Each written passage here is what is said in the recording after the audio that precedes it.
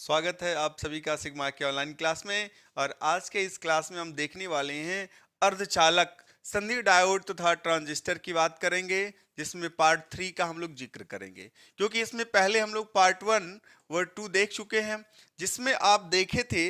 अगर पार्ट 2 की बात करें तो पार्ट 2 का लास्ट जो पॉइंट था वो अर्धचालक का प्रकार था। अर्धचालक के कितने प्रकार होते हैं? दो। आपको बताया गया था, एक एन टाइप होता है, एगो पी टाइप होता है। दो प्रकार आपको डीपली बताया गया है, जाके आप पार्ट 2 में देख सकते हो।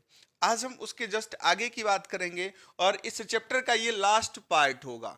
इतना अगर पार्ट 1 पार्ट 2 पार्ट 3 देख लेते हो तो ये पूरा का पूरा आपका अर्धचालक क्या होगा, समाप्त हो जाएगा।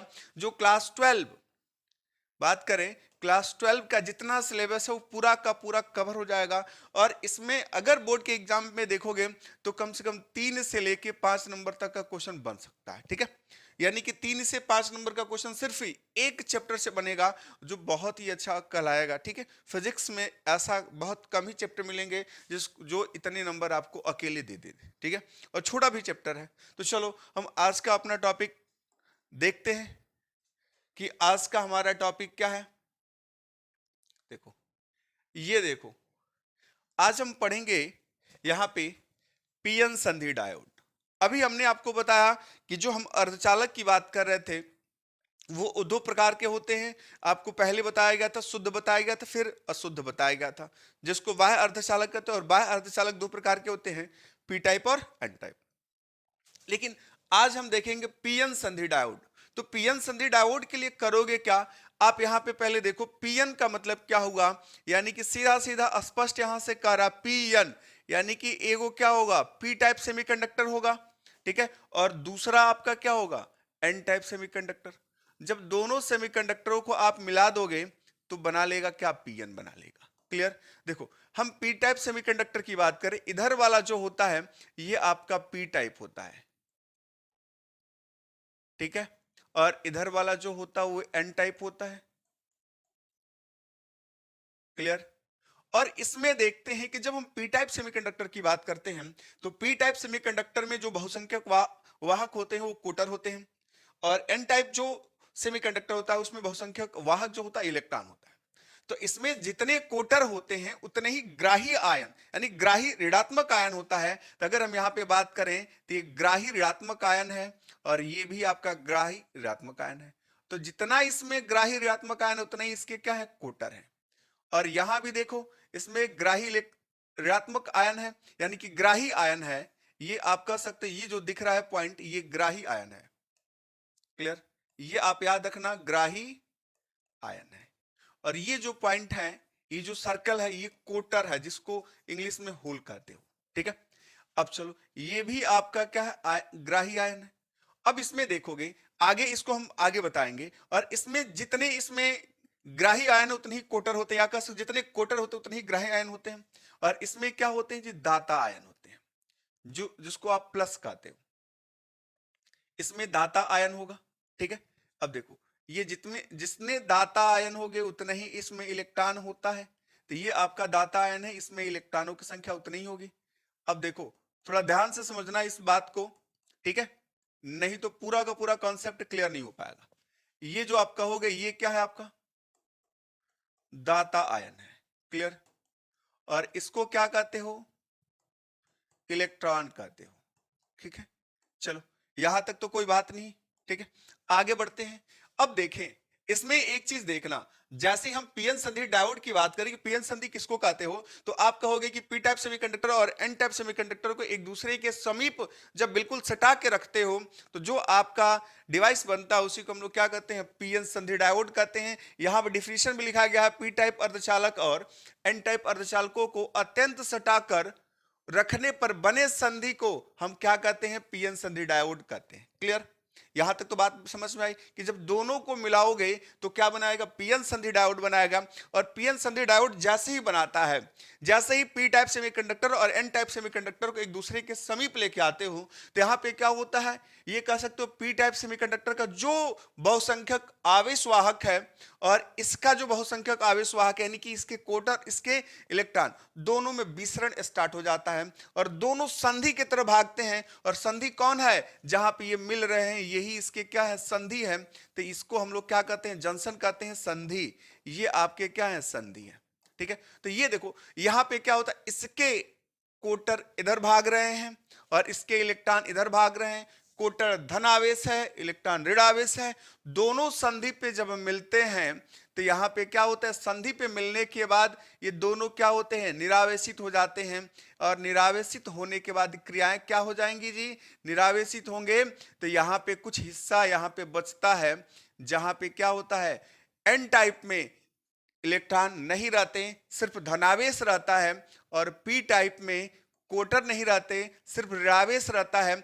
उन हिस्सों को हम लोग क्या कहते हैं, अवक्षय परत कहते हैं। देखो तो ये अवक्षय परत है, या इसको इंडिकेट करो, ये वाला जो लाइन है ये क्या होगा आपका, अवक्षय परत होता है। ठीक है, तो देखो अवक्षय परत होता है और अवक्षय परत ही डिसाइड करता है कि पीएन संधि डायोड जो होगा उसमें धारा का प्रवाह होगा कि नहीं होगा। ठीक है, तो यहां पे देखो इसको अवक्षय परत कहते हैं कब, जब जैसे ही पीएन संधि डायोड मिलाए, पीएन संधि डायोड बना, पीएन संधि डायोड बनेगा तो इसके क्या होंगे, कोटर और इसके इलेक्ट्रॉन आगे की तरफ बढ़ते हैं और आगे बढ़ के क्या करते हैं, वो क्रिया करके निरावेशित हो जाते हैं। और निरावेशित होंगे तो कुछ हिस्से में, पी टाइप के कुछ हिस्से में क्या होता है, ये माइनस उत्पन्न हो जाता है और कुछ हिस्से में क्या होता है, प्लस, यानी कि ग्राही आयनों की अधिकता हो जाती है, इधर दाता आयनों की अधिकता हो जाती है। और जहां तक इनमें ग्राही और दाता आयनों की अधिकता होती है वहीं तक हम उसको क्या कहते हैं, अवक्षय परत कहते हैं। और अवक्षय परत की जो मोटाई होती है वो डिसाइड करती है कि क्या होगा, इसमें धारा का प्रवाह होगा कि नहीं होगा। क्योंकि अगर ये बहुत मोटा है, अवक्षय परत की चौड़ाई ज्यादा है, तो कहेंगे कि पीएन संधि डायोड जो है उसका प्रतिरोध उच्च है और प्रतिरोध उच्च होने के कारण धारा का प्रवाह नहीं होगा। ये पतला है तो धारा का प्रवाह होने लगता है। ठीक है, अब इसमें एक चीज और देखा जाता है कि जब विसरण स्टार्ट होता है तो इसमें क्या होता है, दोनों के साइड में क्या विभवांतर उत्पन्न हो जाता है। और विभवांतर उत्पन्न होता है तो इसमें क्या, एक आंतरिक वैद्युत क्षेत्र ई आई, आंतरिक वैद्युत क्षेत्र ई आई उत्पन्न होती है, जिसकी दिशा क्या होती है, एन टाइप सेमीकंडक्टर से पी टाइप सेमीकंडक्टर की होती है। यानी कि जो आंतरिक वैद्युत क्षेत्र की दिशा है एन टाइप सेमीकंडक्टर से पी टाइप सेमीकंडक्टर की ओर होती है। क्लियर, बात समझ में आई, इतनी बात तो समझ में आई होगी, कोई दिक्कत नहीं।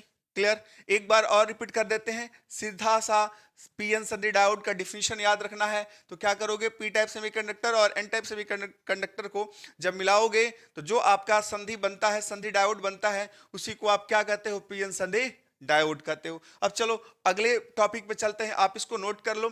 अगर आपको इसका नोट्स चाहिए तो आप टेलीग्राम पे जाओ और टेलीग्राम पे जाके आप सर्च करोगे सिग्मा क्लासेज BST, और ये मेरा चैनल है टेलीग्राम पे, और वहां पे आपको इसका नोट्स मिल जाएगा। ठीक है, चलो आगे की तरफ बढ़ते हैं, इसको भी नोट कर लो आप। चलो आगे बढ़ते हैं, इसके आगे हम लोग देखेंगे क्या पढ़ना है हमको। ठीक है, देखो ये कह रहे संधि डायोडों में वैद्युत धारा का प्रवाह, यानी संधि डायोड में वैद्युत धारा का जो प्रवाह होता है वो किस तरीके से होता है, इसके बारे में जानना है। तो देखो संधि डायोड में जो वैद्युत धारा का प्रवाह होता है दो तरीके से होता है। पीएन संधि डायोड में वैद्युत धारा का जो प्रवाह होगा कितने प्रकार से होगा, दो प्रकार से होता है, जिसमें एक को हम लोग क्या कहते हैं, अग्रदिशिक फॉरवर्ड बायसिंग, एक को क्या कहोगे, अग्रदिशिक फॉरवर्ड बायसिंग, और दूसरे को कहते हैं पश्च दिशिक रिवर्स बायसिंग। ठीक है, तो अग्रदिशिक में कब संधि डायोड होगा, हमने आपको संधि डायोड बना के दिखाया, ये हमारा संधि डायोड है। क्लियर, आप याद रखना, ये बार बार ये आपका जिक्र होगा संधि डायोड का। तो संधि डायोड में इधर वाले को कहते हो पी टाइप, पी टाइप होता है, और इधर वाला जो होता है ये एन टाइप होता है। क्लियर, अब चलो, अब संधि डायोड में इधर पी टाइप है और इधर क्या आपका एन टाइप है। और जब क्या करोगे, इधर आपको बताया गया है कि इधर जो होते हैं कोटर होते हैं और इधर जो होते हैं इलेक्ट्रॉन होते हैं। अब देखो इसमें कोटर होते हैं, क्या होते हैं, कोटर होते हैं। क्लियर, ये कोटर आपके रहते हैं। ठीक है, और इसमें क्या होते हैं, इलेक्ट्रॉन होते हैं। चलो हम यहाँ पे ग्राफ आपको ऐसे बता दें। अब ध्यान से देखना कि जब यहां पे क्या होने वाला है, जब इसको अग्रदिशिक कहने का मतलब क्या होता है कि जब हम क्या करेंगे, इस पीएन संधि डायोड को बाह्य बैटरी के से इस प्रकार जोड़ें कि वह बैटरी का धन सिरा वह बैटरी का धन सिरा किससे जुड़े, पी टाइप सेमीकंडक्टर से जुड़े, और ऋण सिरा किससे जुड़े, एन टाइप सेमीकंडक्टर से जुड़े, तो जो पीएन संधि डायोड होती है वो अग्रदिशिक में कहलाती है। अग्रदिशिक में कब कहलाएगी, एक बार रिपीट कर रहे हैं कि जब पीएन संधि डायोड के पी क्षेत्र को बाह्य बैटरी के धन सिरे से और एन क्षेत्र को बाह्य बैटरी के ऋण सिरे से जोड़ोगे तो उस पीएन संधि डायोड को हम लोग कहेंगे कि वो अग्रदिशिक में है, और अग्रदिशिक में होता तो धारा को अनुमत करता है, यानी धारा को प्रवाहित करने देगा। और क्यों करने देगा इसके बारे में देखें कि जैसे ही हम बात करें, जो कोटर होते हैं वो धनावेश होते हैं और जो इलेक्ट्रॉन होते हैं वो ऋणावेश होते हैं, और वैद्युत धारा की जो दिशा होती है उसके विपरीत इलेक्ट्रॉनों की दिशा होती है। ये इलेक्ट्रॉन है तो इधर चलेंगे, और ये कोटर हैं तो वैद्युत धारा की दिशा में चलेंगे। तो वैद्युत धारा की दिशा जो देख रहे हो आप, ये है, इस डायरेक्शन में वैद्युत धारा चल रही है। इसका मतलब कोटर जो होंगे वैद्युत धारा की दिशा में चलेंगे, ऐसे आगे की तरफ बढ़ेंगे। क्लियर, बात समझ में आ रही है इतनी, यहां तक तो कोई दिक्कत नहीं है। लेकिन जो इलेक्ट्रॉन है हमारे इसमें, तो इलेक्ट्रॉन क्या करेंगे, ये इसके विपरीत चलेंगे। इसका मतलब ये हुआ इलेक्ट्रॉन इधर की तरफ चलेगा, इधर की तरफ दौड़ा दौड़ा आएगा, और क्या करेगा, दौड़ के आके ये जो इलेक्ट्रॉन और कोटर दोनों आगे की तरफ बढ़ रहे हैं, दौड़ के आके संधि पे मिलेंगे। जब संधि पे आके मिलेंगे तो एगो प्लस है एगो माइनस है, इसका मतलब हुआ दोनों प्लस माइनस है तो क्या होंगे, निरावेशित होंगे। तो ये संधि पे आके मिलते हैं, तो ये संधि जो हमारी पहले चौड़ी थी ये क्या हो जाती है, कुछ पतली हो जाती है, ये पतली हो जाती है। और जब पतली हो जाएगी तो धारा प्रवाह के लिए इसका प्रतिरोध कम होगा, और कम हो जाएगा तो आसानी से इसमें वैद्युत धारा का प्रवाह होने लगता है। यानी कह देंगे ये अग्रदिशिक में है तो धारा को प्रवाहित होने देती है। और कैसे धारा का प्रवाह होता है, इधर कोटर चले और इधर से इलेक्ट्रॉन चला, और तब तक जहां से यहां से विसरण स्टार्ट हुआ तो ये क्या करते हैं, अवक्षय परत की मोटाई को कम करते हैं, और तभी यहीं से एक दो ढाई से यहां से क्या करता है, इसका एगो क्रिस्टल टूटता है, और यहां से जैसे ही क्रिस्टल टूटेगा यहां से जो कोटर निकलेगा वो तो चालाक है भाई, धनावेश की दिशा में भागेगा, लेकिन इलेक्ट्रॉनवा जो है आपका वो किधर भागेगा, इधर की तरफ। क्यों, क्योंकि धनावेश को विपरीत चलता है। तो यहां से क्या करेगा, इलेक्ट्रॉन यहां की तरफ चलेगा, इलेक्ट्रॉन यहां की तरफ चलेगा, और जैसे ही इलेक्ट्रॉन आके इसके धनावेश के पास पहुंचता है, इस ऋणावेश से एगो इलेक्ट्रॉन निकलेगा और इस मार्ग से होते हुए यहां से होते हुए यहां तक जाएगा, और ये क्रिया को निरंतर कर देगा। यानी कि जो क्रिया यहां हो रही थी उसी क्रिया को कंटिन्यू कर देगा, और ये तब तक होता रहेगा जब तक कि आपका बैटरी क्या हो, चार्ज हो। ठीक है, यानी कि बैटरी से जब तक ऊर्जा ये लेते रहेंगे तब तक ये क्रिया क्या होगी, लगातार चलती रहेगी, और इसमें धारा का प्रवाह हो जाता है। क्लियर, बात समझ में आई, यहां तक कोई दिक्कत किसी को भी। चलो चलो, अगर यहां तक बात समझ में आ रही है तो एक बार रिपीट करके बढ़ जाते हैं। जो परिभाषा हम पहले बताएं यहां पे पहले से लिखा गया है, ठीक है। जब संधि डायोड के पी क्षेत्र को बाह्य बैटरी के धन सिरे से तथा एन क्षेत्र को बाह्य बैटरी के ऋण सिरे से जोड़ा जाता है तो संधि डायोड अग्रदिशिक में कहलाती है। बात समझ में आई ना। चलो, अब पश्चिम दिशिक तो बिल्कुल क्लियर हो गया होगा, यानी अग्रदिशिक यहाँ पे प्लस है और यहाँ पे माइनस है, इसका मतलब पश्चिम होगा तो यहाँ माइनस आ जाएगा, यहाँ क्या होगा, प्लस आ जाएगा। ठीक है, चलो देखते हैं, यहां तक तो नोट कर लो भाई। चलो आगे बढ़ते हैं।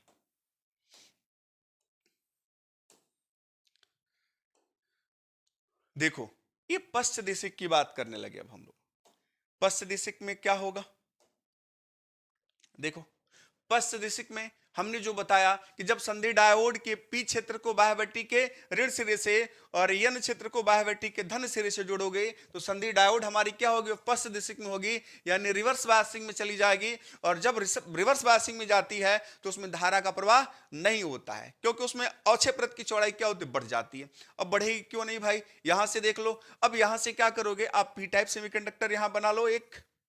चलो, तो यहाँ पे सबसे पहले पीएन संधि डायोड की बात कर रहे हैं, पश्चिम दिशिक में कब होगा, तो यहाँ पे हम पीएन संधि डायोड बना रहे हैं। देखो ये संधि हो गया, जब संधि होगा तो ये आपका बनाएगा पी टाइप और ये बनाएगा आपका एन टाइप। ठीक है, यहां तक तो बात समझ में आ रही है। चलो, अब आपको यहां से बताया गया कि जब संधि डायोड को बाह्य बैटरी के किससे जोड़ना है, बाह्य बैटरी के ऋण सिरे से जोड़ोगे। क्लियर, चलो, तो ये बाह्य बैटरी का ये धन सिरा हो गया, जो जाके क्या हुआ, एन टाइप से जुड़ गया। बात समझ में आ रही है? चलो, ये क्या होगा आपका धन सिरा, और ये ऋण सिरा है, और ये जाके किससे जुड़ेगा, पी टाइप से। और हमने आपको बताया कि इसमें क्या होता है, पी टाइप सेमीकंडक्टर में जो बहुसंख्यक आवेश वाहक होता है वो होता है आपका कोटर। क्या होता है बंधु, देख लो क्या होगा भाई, यहाँ पे इसके बहुसंख्यक आवेश वाहक कोटर होते हैं, और इसके जो बहुसंख्यक आवेश वाहक हैं वो इलेक्ट्रॉन है। क्या है, इलेक्ट्रॉन है। तो इसके एन टाइप सेमीकंडक्टर के बहुसंख्यक आवेश वाहक इलेक्ट्रॉन है, और पी टाइप के बहुसंख्यक आवेश वाहक कोटर है। क्लियर, इतनी बात तो समझ में आ रही होगी। अब देख लो इसमें क्या करोगे, जब ये इलेक्ट्रॉन कोटर दो युग्म आपके बने हैं, और आपको पता है हमने बताया कि वैद्युत धारा की दिशा अगर इधर है तो इलेक्ट्रॉन की दिशा क्या होगी, इसके अपोजिट होगी, और कोटर की जो दिशा होती है वैद्युत धारा की दिशा में, क्योंकि ये प्लस सिरा है तो ये प्लस सिरा क्या होगा, इधर की तरफ चलेगा। ठीक है, तो अब देखोगे वैद्युत धारा की दिशा किधर है भाई, इसमें देखेंगे आंतरिक वैद्युत क्षेत्र भी इधर की तरफ था, ई आई, और इसमें जो बाह्य वैद्युत क्षेत्र है वो भी क्या है, इधर ही है, यानी एन टाइप से पी टाइप की तरफ है। इसका मतलब वैद्युत धारा की दिशा इधर है तो कोटर की दिशा किधर होगी, वैद्युत धारा की दिशा में, कोटर की दिशा वैद्युत धारा की दिशा में। अब देखोगे कोटर की दिशा वैद्युत धारा की दिशा में है, और जो इलेक्ट्रॉन है उसकी दिशा वैद्युत धारा के अपोजिट, यानी ये इस डायरेक्शन में मूव करेंगे। तब देखोगे क्या होगा, जब इस डायरेक्शन में मूव करेंगे इसका मतलब ये हुआ कि ये संधि के पास कभी नहीं पहुंचेंगे, और दोनों के दोनों क्या हो रहे हैं, संधि से दूर हो रहे हैं। और जब दोनों के दोनों संधि से दूर होंगे तो ये क्या होगा, अवक्षय परत की मोटाई जो होगी वो बढ़ जाएगी। जब अवक्षय परत की मोटाई बढ़ेगी तो इसमें क्या होगा, जो पीएन संधि डायोड था इसमें धारा प्रवाह के लिए प्रतिरोध उच्च हो जाएगा। जब धारा प्रवाह के लिए प्रतिरोध उच्च हो जाएगा तो ये क्या होगा, इसमें कोई धारा प्रवाहित नहीं होती है। बात समझ में आई इतनी? ये बात समझ में आई हो तो कहो तो आगे बढ़े। ठीक है, ये आपका ऋण है, ये आपका प्लस होता है, ये तो रहता है। ठीक है, ये तो बात समझ में आ गई होगी पीएन संधि डायोड में ही। ठीक है, तो जब देखोगे ये दोनों दूर हट रहे हैं, दोनों के बहुसंख्यक आवेश वाहक दोनों के दूर हो रहे हैं, तब क्या होगा, इसमें धारा का प्रवाह नहीं होता है, तब कहते हो कि ये पश्च दिशिक में है। याद रहेगा कि अग्र दिशिक में कब होगा, जब इसको प्लस दिया जाए, पी टाइप सेमीकंडक्टर को प्लस और एन टाइप सेमीकंडक्टर को माइनस। ठीक है, अब हम बात करेंगे जब ये पश्च दिशा में कब होगा, जब ये माइनस, ये क्या होगा, प्लस। इतनी तो बात समझ में आई। ठीक है, चलो कोई दिक्कत, आगे बढ़ते हैं अगले टॉपिक की तरफ, आप नोट कर लो इसको। ठीक है, चलो अगला टॉपिक हमारा है संधि डायोड अर्धतरंग दृष्टकारी के रूप में। देखो बहुत ही अच्छा टॉपिक है कि संधि डायोड जो होगा कि अर्धतरंग दृष्टकारी का रूप कब होगा, और पूर्ण तरंग दृष्टकारी, इसके बाद होगा आपका हेडिंग पूर्ण तरंग दृष्टकारी के रूप में। ठीक है, बोर्ड के एग्जाम में कई बार पूछे गए हैं दोनों के दोनों। ठीक है, अगर ये देगा तो दूसरा नहीं देगा, दूसरा देगा तीन ही देगा, तो आप दोनों को देख लो क्योंकि दोनों एक ही जैसा है।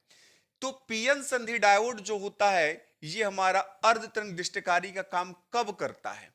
ठीक है, अब सिंपल से समझ लो कि पीएन संधि डायोड अर्धतरंग दृष्टकारी का काम तभी करेगा जब उसमें एक डायोड लगा हो, और पूर्ण तरंग दृष्टिकारी का काम कब करेगा, जब उसमें दो डायोड लगा हो। ठीक है, तो चलो अर्धतरंग दृष्टिकारी का रूप देखते हैं। इसके लिए सबसे पहले हम लोग देखेंगे क्या, ट्रांसफार्मर की बात करें तो ट्रांसफार्मर में दो कुंडलियां होती हैं। कितनी कुंडलियां होती है, दो। तो चलो हम पहले कुंडली की बात करें तो ये ट्रांसफार्मर की प्राथमिक कॉइल हो गई। बात समझ में आई? चलो ये ट्रांसफार्मर की प्राथमिक कॉइल है, और प्राथमिक कॉइल का ये सिरा नंबर पी, ये कॉइल प्राथमिक है और इसका सिरा पी हो गया, दूसरा सिरा क्या हो गया, ये P1 हो गया, क्या हो गया P2। अब यहां पे हम लोग क्या करेंगे, अब यहां पे एसी करंट को यहां पे फ्लो करोगे, यहां से एसी करंट दोगे, इनपुट वोल्टेज होगा, या लिख सकते हो एसी इनपुट वोल्टेज। क्लियर, बात समझ में आई? अब देखो जब ट्रांसफार्मर की बात करेंगे तो इसका सेकेंडरी कॉइल भी होगा, तो जब ट्रांसफार्मर की बात करोगे तो सेकेंडरी कॉइल भी मिलेगा आपको। अब सेकेंडरी कॉइल क्या होता है देख लो, ये सेकेंडरी कॉइल आपको क्या मिलेंगे, ये सेकेंडरी कॉइल का एक हिस्सा होगा। अब चलो, ये इसका सेकेंडरी कॉइल है, बात समझ में आई। ये सेकेंडरी कॉइल का दूसरा हिस्सा है, इसको आप S1 कहो, इसको आप S2 कहो। अब देखोगे इसमें एगो हम डायोड लगा देते हैं, पीएन संधि डायोड। एक पीएन संधि डायोड लगा दें जिसमें बड़ाग्र जो होता है पी क्षेत्र को इंडिकेट करता है और जो पट्टी होती है एन क्षेत्र को। तो ये आपका क्या है, एगो पीएन संधि डायोड हो गया। अब जब पीएन संधि डायोड की बात कर रहे हैं, अब आगे की तरफ लेके जाएं, इसमें एगो पीएन संधि डायोड लगेगा जिसको आप डी कह सकते हो। डायोड है तो सिर्फ क्या कहोगे, डी। और दोनों हिस्सों के हम क्या करते हैं, यहां पे ले जाके एगो लोड रेजिस्टेंस यहां पे लगा देते हैं, और इससे जिसको आरएल आप कहते हो, लगाने के बाद यहां से हम क्या करेंगे, आउटपुट ले लेंगे। ये क्या करोगे आप, आउटपुट ले लो। जब यहां से आउटपुट थोड़ा छोटा कर ले क्योंकि ग्राफ और बनाना है, ये आपका आउटपुट है। इसका मतलब जब आउटपुट ये मिला तो ये दे देगा आपको output voltage, output voltage. Graph देखो कंप्लीट है कि अर्ध तरंग दृष्टिकारी का काम कब करेगा, कि जब यहां पे क्या है, जो हम सेकेंडरी कॉइल की बात कर रहे थे, सेकेंडरी कॉइल का जो सिरा S1 और S2 है, जिसमें से किसी एक में हम क्या करें, एक डायोड को लगा दें। ये आपका P सिरा, ये क्या आपका N सिरा है। अब देखोगे जब AC करंट फ्लो करेगा, यानी AC करंट फ्लो करने का मतलब क्या हुआ, यहां पे देखें आप, AC धारा कैसे प्रवाहित होती है सब जानते हो, कई बार आप लोग AC के बारे में पढ़े हो, समझे हो, देखे हो। चलो, ये इस तरीके की धारा प्रवाहित होती है और ये आपका टाइम होता है। अब आपको पता है कि ऊपर वाला प्लस होता है, नीचे वाला माइनस। अब टाइमिंग की बात करें तो यहां से 0 से स्टार्ट होगा और एक पूरा चक्कर लगाया गया तो एक आवर्तकाल। क्लियर। तो ये आधा है तो क्या लिखोगे, T/2 लिखोगे, T/2 लिखोगे। अब यहां पे क्या लिखोगे, ये T हो गया, इसमें T/2 जोड़ोगे तो ये मिलेगा 3T/2 और ये आपको दे देगा 2T। क्लियर। जस्ट इसके नीचे एक ग्राफ आपको फिर तैयार करना है, ऐसे ही, ठीक है। ये प्लस हिस्सा हो गया, ये क्या होगा, माइनस। चलो, ये इसको डॉटेड कर लो भाई, इसके नीचे ग्राफ देख लेना। अब आपको नोट्स चाहिए तो पूरा का पूरा कंप्लीट नोट चाहिए तो sigma classes VST Telegram channel पे जाना, वहां मिलेगा, ठीक है। चलो, अब देखो, हमने डायोड के बारे में अभी पढ़ा कि ये अग्र दिशिक में कब होगा, ये पश्च दिशिक में कब होगा, जब P को प्लस मिलेगा और N को माइनस, तो ये अग्र दिशिक में होगा, धारा को अनुमत करेगा, प्रवाहित होने देगा। क्लियर। लेकिन जब P को आपको माइनस मिला, इसको क्या मिला, प्लस, तब ये क्या होता, पश्च दिशिक में होता है और धारा को अनुमत नहीं करता। इतनी बात तो समझ में आ रही होगी क्योंकि अभी हम लोग पढ़े हैं अग्र दिशिक और पश्च दिशिक, ठीक है। चलो, अब यहां से ये समझ लो क्या होने वाला है। अब यहां देखो कि जब हम क्या करेंगे, ये प्लस सिरा, आधा चक्र प्लस होता है, आधा चक्र क्या होता है, माइनस। एसी करंट इसमें फ्लो हो रहा है, तो जैसे धारा प्रवाहित किए तो इसको क्या मिला, प्लस मिल गया। जब इसको प्लस मिलेगा तो दूसरे सिरे को क्या मिलेगा, माइनस मिलेगा। इसका मतलब ये माइनस वाला हिस्सा इसके साथ है, एन टाइप सेमीकंडक्टर के साथ है, और प्लस वाला हिस्सा क्या है, पी टाइप सेमीकंडक्टर के साथ है। इसका मतलब ये धारा को अनुमत करेगा, यानी कि ये वाला प्लस सिरा जैसे ही इसको मिला है, ये धारा को अनुमत करेगा। इसका मतलब जो हमारा ये वाला आउटपुट वोल्टेज है, यहां पे आपको धारा प्रवाहित होने लगती है। ये जो ग्राफ देख रहे हो, ये किसका है, इनपुट वोल्टेज का है। इनपुट ये वोल्टेज है, ठीक है। और ये ग्राफ देख रहे हो, ये आउटपुट वोल्टेज है, आउटपुट वोल्टेज। क्लियर। चलो, ये ग्राफ देख रहे हो आउटपुट है, तो इसको जब प्लस मिला है तो इसको माइनस मिला है, तो इसके कारण ये जो देख रहे हो, इसके कारण धारा यहां पे प्रवाहित होती है। लेकिन जब सिरा बदलेगा, जब ये नीचे की तरफ बढ़ोगे, तो नीचे की तरफ बढ़ोगे तो ये वाला हिस्सा क्या होगा, माइनस हो जाएगा। क्लियर। ये वाला जैसे हिस्सा माइनस हो गया, क्या होगा, प्लस होगा। तो P टाइप को माइनस मिला और N टाइप को प्लस मिला, तो ये जो संधि डायोड लगी हुई है, ये क्या होती है, पश्च दिशिक में जाती है, और पश्च दिशिक में धारा का प्रवाह नहीं होता है। तो देखो यहां पे कोई धारा का प्रवाह नहीं हो रहा है। लेकिन जैसे ये वाला हिस्सा मिलेगा तो ये प्लस होगा, ये फिर से क्या होगा, माइनस हो जाएगा। फिर से यहां से धारा का प्रवाह क्या होता, प्रारंभ होता है। फिर से दूसरा हिस्से में क्या होगा, धारा का प्रवाह नहीं होगा, और फिर से इसमें क्या होगा, धारा का प्रवाह होने लगता है, ठीक है। तो इसी को हम लोग कहते हैं अर्ध तरंग। देखो, आधे में धारा प्रवाहित हुआ, आधा खाली रह गया, फिर आधे में धारा प्रवाहित हुआ, फिर आधा खाली हो गया, और यही क्रिया लगातार क्या होती है, चलती रहती है। इसी ग्राफ को हम लोग क्या कहते हैं, ये आपका होता है पीएन सन्धि डायोड का अर्धतरंग दृष्टिकारी का रूप। ठीक है, तो अर्धतरंग दृष्टिकारी का रूप होगा। और आपसे अक्सर पूछा भी जाता है कि ऐसे यंत्र का नाम बताओ जो क्या करता हो, एसी को डीसी में कन्वर्ट करता हो। तो एसी को डीसी में कन्वर्ट करने वाला जो यंत्र होता है उसी को हम लोग कहते हैं दृष्टिकारी यंत्र है आपका, जिसको इंग्लिश में रेक्टिफायर कहते हो। ठीक है, चलो, तो ये अर्धतरंग दृष्टिकारी कब बनेगा, जब पीएन सन्धि डायोड क्या होगा, सिर्फ एक लगा होगा परिपथ में, तब ये अर्धतरंग दृष्टिकारी का काम करेगा। जब दो लगेगा तो क्या करेगा, पूर्ण का काम करेगा। इसके जस्ट बाद हम लोग दोनों वाला देख रहे हैं। ठीक है, तो चलो इसको आप कंप्लीट कर लो, आगे बढ़ते हैं। ठीक है, चलो फिर देखते हैं सेकंड नंबर पोर्शन क्या है हमारा। तो हमको यहाँ पे देखना है कि ये पीएन संधि डायोड जो है वो पूर्ण तरंग दृष्टिकारी का कब काम करेगा। तो पूर्ण तरंग दृष्टिकारी के लिए हमने बताया कि ट्रांसफार्मर में 2 कॉइल, तो इसमें 2 कॉइल आप ले लो भाई। चलो, एक प्राथमिक कॉइल हम लेते हैं, ये प्राथमिक कॉइल हो गया आपका, क्लियर। चलो, ये प्राथमिक कॉइल हो गया आपका। अब प्राथमिक कॉइल में 2 सिरे, एक P1 एक क्या हो गया P2। इन दोनों सिरों से हम क्या कर रहे हैं, एसी करंट को जोड़ दे रहे हैं। ये आपका एसी इनपुट वोल्टेज है, क्लियर, एसी इनपुट वोल्टेज है। अब ट्रांसफार्मर के सेकेंडरी कॉइल में चलें तो सेकेंडरी कॉइल में देखो, ये सेकेंडरी कॉइल में हम क्या करेंगे, इसमें ये सिरा S1 हो गया और ये सिरा आपका क्या हो गया, S2 हो गया। अब इससे भी हम एगो पीएन संधि डायोड जोड़ रहे हैं। देखो, ये इससे भी एगो पीएन संधि डायोड जुड़ा है, जिसको डायोड आप D1 कह लोगे। ठीक है, और इससे भी एगो पीएन संधि डायोड हम जोड़ लें, इससे भी एक पीएन संधि डायोड जोड़ लिए, जिसको आप क्या कहोगे, डायोड D2 कहोगे। दोनों डायोड जुड़े हुए हैं और यहां पे एक टर्मिनल है T, जहां से हम लोड रेजिस्टेंस को यहां पे जोड़ रहे हैं। ये लोड रेजिस्टेंस हो गया। चलो, ये धारा इसमें प्रवाहित करेंगे सब दोनों डायोड। अब लोड रेजिस्टेंस से हम लोग क्या करते हैं, आउटपुट वोल्टेज को निकाल लेते हैं। ये ग्राफ इसका ऐसे बनेगा। ठीक है, ये आपका होगा output voltage, output voltage, clear. चलो भाई, अब आउटपुट वोल्टेज कैसे मिलेगा, इसमें ध्यान से देखना कि जब आप करोगे क्या, जैसे इसमें फिर से ग्राफ आपको बनाना पड़ेगा एसी वोल्टेज का। एसी वोल्टेज देख लो, एसी धारा ऐसे ही प्रवाहित होती है। ठीक है, चलो, ये प्लस होता है, ये क्या होता है, माइनस। ये आपका इनपुट वोल्टेज है, क्लियर।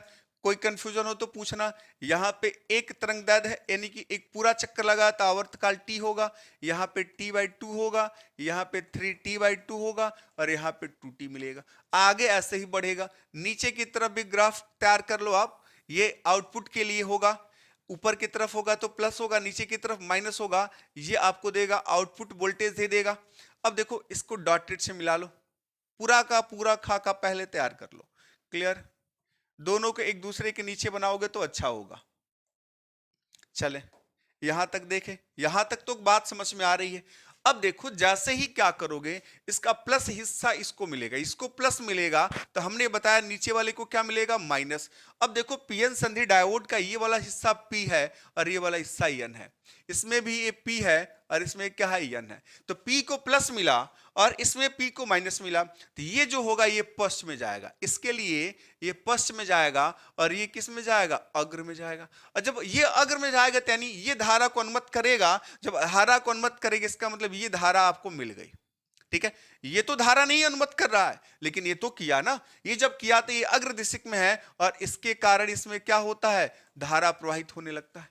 इसके कारण धारा क्या होती है, इसमें प्रवाहित होने लगती है। बात समझ में आई।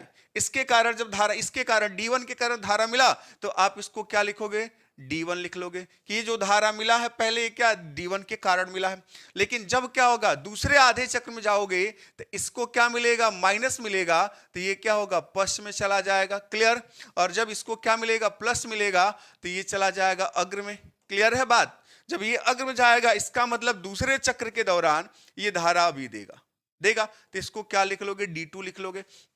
और यही क्रिया बार बार दोहराई जाएगी, इसको फिर प्लस मिलेगा तो ये अग्र में जाएगा, इसको माइनस मिलेगा तो ये किस में जाएगा, पश्च में जाएगा। इसका मतलब इसमें धारा अब इसके कारण मिलेगी, इसके कारण D1 के कारण, फिर यही क्रिया क्या होगा, लगातार बढ़ती जाएगी D2 के कारण।